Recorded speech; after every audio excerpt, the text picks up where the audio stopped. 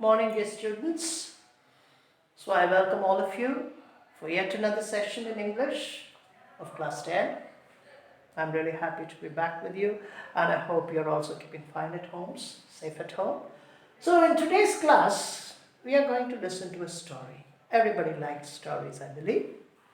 So the name of the story is A Letter to God. The very title seems to be rather exciting. A letter, but to whom? To God. Who writes a letter to God? What was the name of that man? Why did he write a letter? And what was the content of the letter? And what was the reaction to his letter? Well, these are some of the questions we need to discuss today. But before we get into the lesson, let me put a question to you. The question is, should we believe in God? Well, many people may have many answers to this. Some may say, no, we don't have to. Most of us might say, yes, we have to. Well, if you take my personal opinion, we need to believe in God because God created us. And God looks after us. He fulfills our needs. Right. But the second most important question is that if we believe in God, should we also believe in man? Believing in God is essential. But should we believe in men as well, in human beings, believe in one another? Well, that is a question which invites a lot of analysis. Now, God definitely helps us, there is no doubt in that. But sometimes, God may work through men.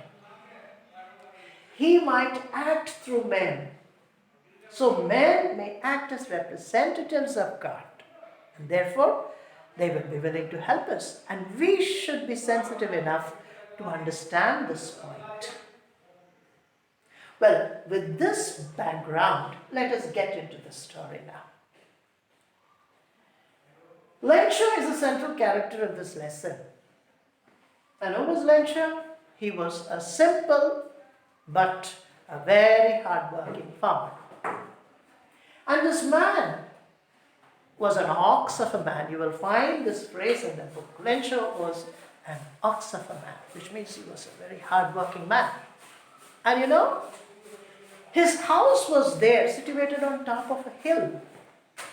And below the hill there was a valley, and in the valley, Lencho cultivated corn. Another word for corn is maize. In US they call it as corn. Well, in other parts of the world, or in the English of UK, British English, we call it as maize. So the crop was coming up very well. And it was nearing the final stage, which means it was about to mature. And at this time, a rain was needed. But there was no sign of rain. Now the family of Lencho began to be anxious. They felt very sad. God, now what are we going to do? But Lencho and his family was a God-fearing family. They had complete faith in God. So Lencho said, don't worry, God is not going to let us die. He will definitely feed us. So to his surprise, in a very short while, there was a rain.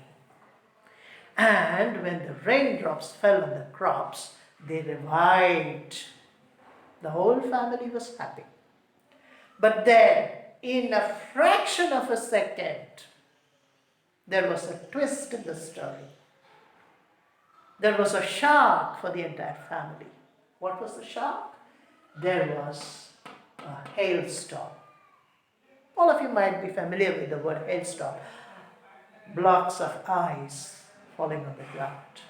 So a severe hailstorm, and it fell over the crops, and not a single plant of corn survived. The entire field was flat. All crops dead.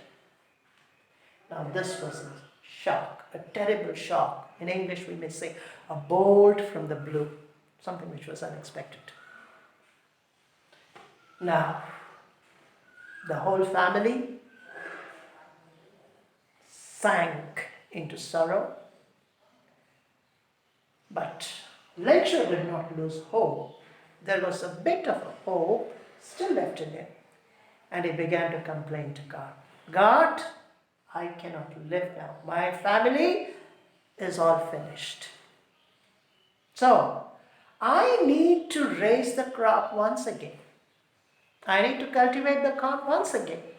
Therefore, give me 100 pesos. He asked God to send him 100 pesos so that I can recultivate. Now, on the following Sunday, Lencho went to the post office and he began to write a letter to God. Well, this is the most important part of the lesson. He wrote a letter to God. Put the content of the letter in the envelope. Address the letter as God. So who would be receiving the letter? It was God. It's very surprising. He posted the letter and the postmaster took the letter in order to send it. But when he saw the name of God written on the envelope, he was excited, he was baffled, didn't know what to do. Therefore, he opened the content, he read the content of the letter. And in that, Lencho had made a demand to God, and the demand was 100 pesos. Now what happened? This postmaster was a wonderful human being. He had a sense of helping Lencho. He was taken up by the faith of Lencho.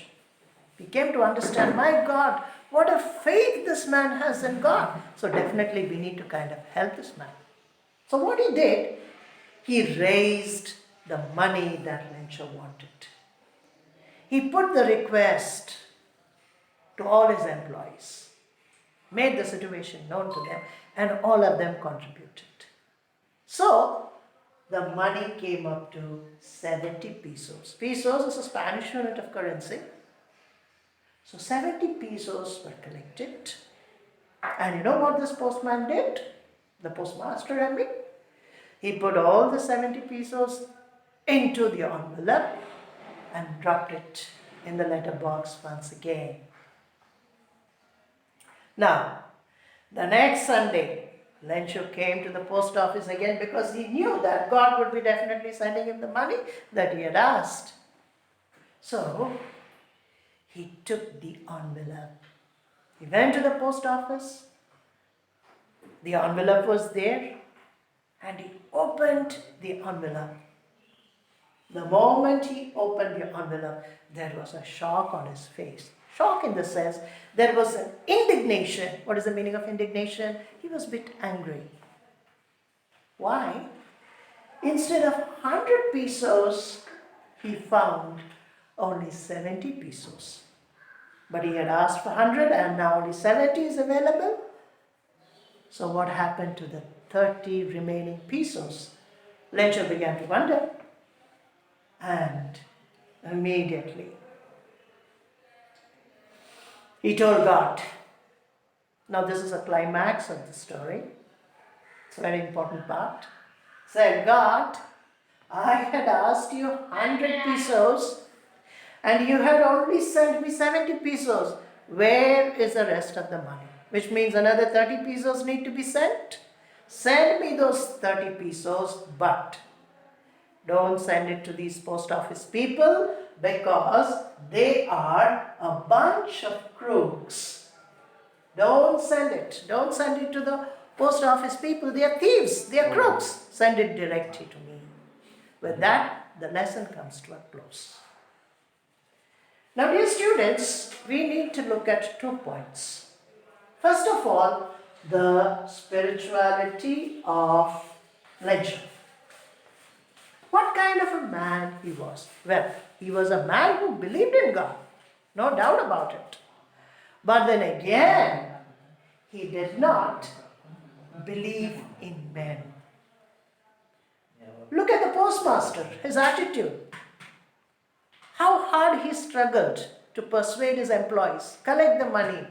And when it came to 70 pesos, he gave it to Lencho, but Lencho did not see the helping tendency, see the humanness of this postmaster. Rather, he blamed the postmaster and the people who were working in the post office. He called them a bunch of crooks, which means thieves, dishonest men. So that is why we always need to keep this point in mind. Believe in God, but don't suspect people. Until and unless you have made a complete and a thorough study, until and unless you know the truth, never, never, never, ever suspect people, because God can be found through men as well, and God can work through men. That is what this lesson teaches us. Well, for your examination, some value-based questions may be asked. Number one, the attitude of Lencho. What kind of a man was Lencho? So there are 2 points to keep in mind. He was a God-fearing man. He was a very hard-working man. And because of his faith, God helped him. But the negative side of Lencho was that instead of thanking God for what he had done, he suspected the people who helped him. Gratefulness.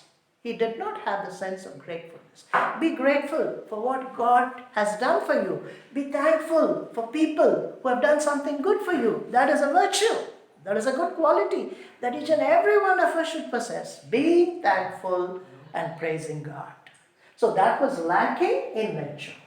And another point to be remembered in this lesson is the postmaster. What was his role in this story? How did he react to Lencho's letter? And why did he react to Lencho's letter?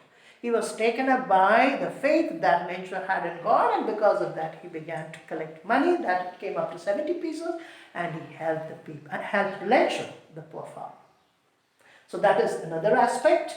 And another question could be, what is your opinion about Lencho? Do you think what Lencho did was right? If it was right, you must justify it. If it was wrong, then again, you must justify it. Do you believe in God?